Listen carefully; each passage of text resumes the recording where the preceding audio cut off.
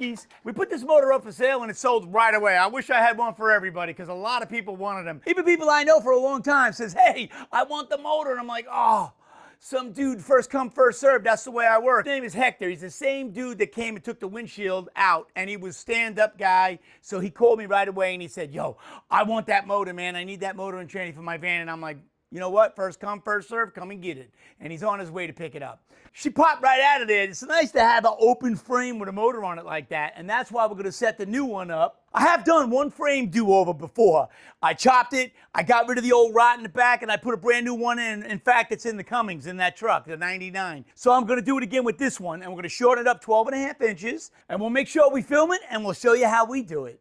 I left everything hooked up for this dude. He should have an easy time. Yeah, I'm even gonna give him the computer and all the harness and everything because we're not gonna use any of it. He might as well have it all. I got all the wires here, the front, the box, the fuse box, the whole thing. Everything goes as one piece. So he's a lucky dude, really, man. But we're still Ford guys, and there's a 460 big block Ford right back there. And I got a nice C6 tranny. In fact, that motor and tranny came out of the motorhome when we ripped it out of there. So it'll definitely tote this 53 around with no issues. That's a 50,000 mile motor. So 50,000 miles on a motor and a tranny, that's nothing. We'll give it a quick facelift, put it in. It's a little rocky, but that's pretty good. That shouldn't go anywhere. I really don't have to move it. There's no need to move it right now. I just want to make it safe. We ripped it out, like I said, and we're ready to get rid of it. This guy's gonna back in. We're gonna pop this right in his vehicle and get it out of our way.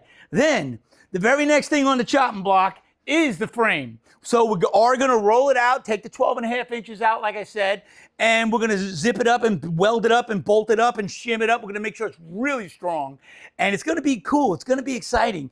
There's the 12 inches right there, the 12.5 inches. So these will be right here. And this tire will be centered in the wheel well. We plan on keeping it high. We plan on keeping it up in the air. Devin wants big all-terrain tires, you know? Really good-looking tires, huge, big, maybe 35-inch tires like I did on the Jackass, big mud tires. But he's gonna do all-terrains. And with the writing on the side, it's gonna be sexy, you know? It's gonna be cool. I would just use these rims. He wants to get another set of rims.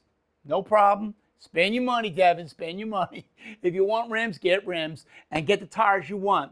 We'll probably pop a little bit of steel underneath it on top of this and then bolt it down to keep it up a little extra high. Yeah, we're gonna want clearance because these tires stick out a little bit, you know? So if we could keep that tire like right around here, I think we'll be in good shape.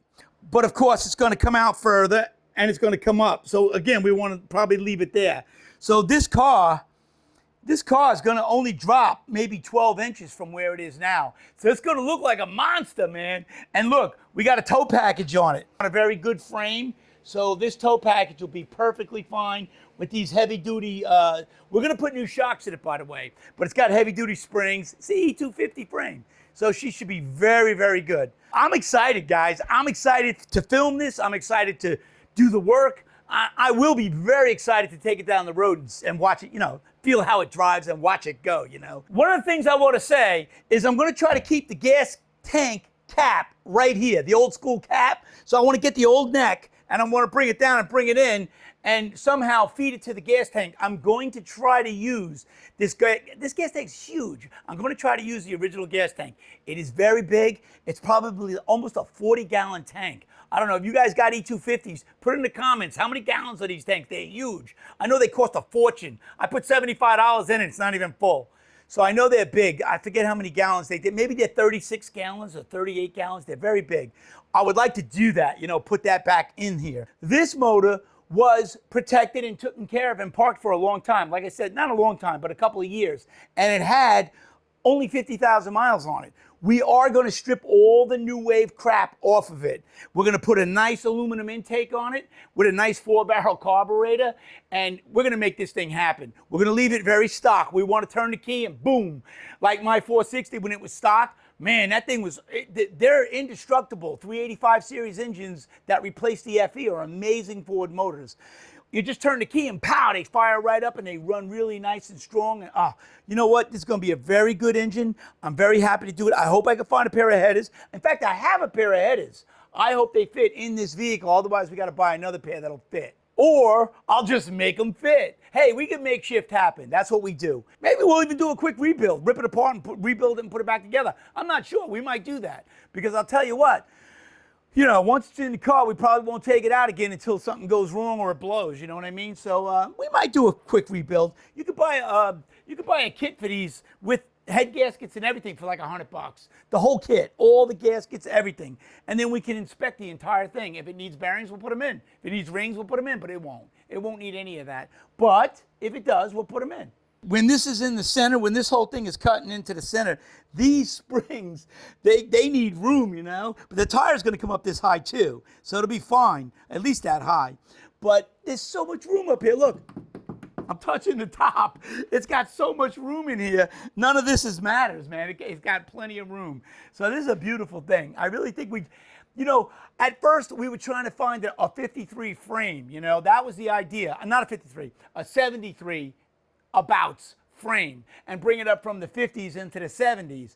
And we couldn't find anything, man. We really couldn't find anything. A lot of things were unibody too, you know? So we were like, scrap that idea. Why don't we use what we got? I got a work van, you know, it's tired, it's rotten, it's time to, you know, it's time to get rid of that. The body was more tired. The frame is in perfect shape. There's no rust on it.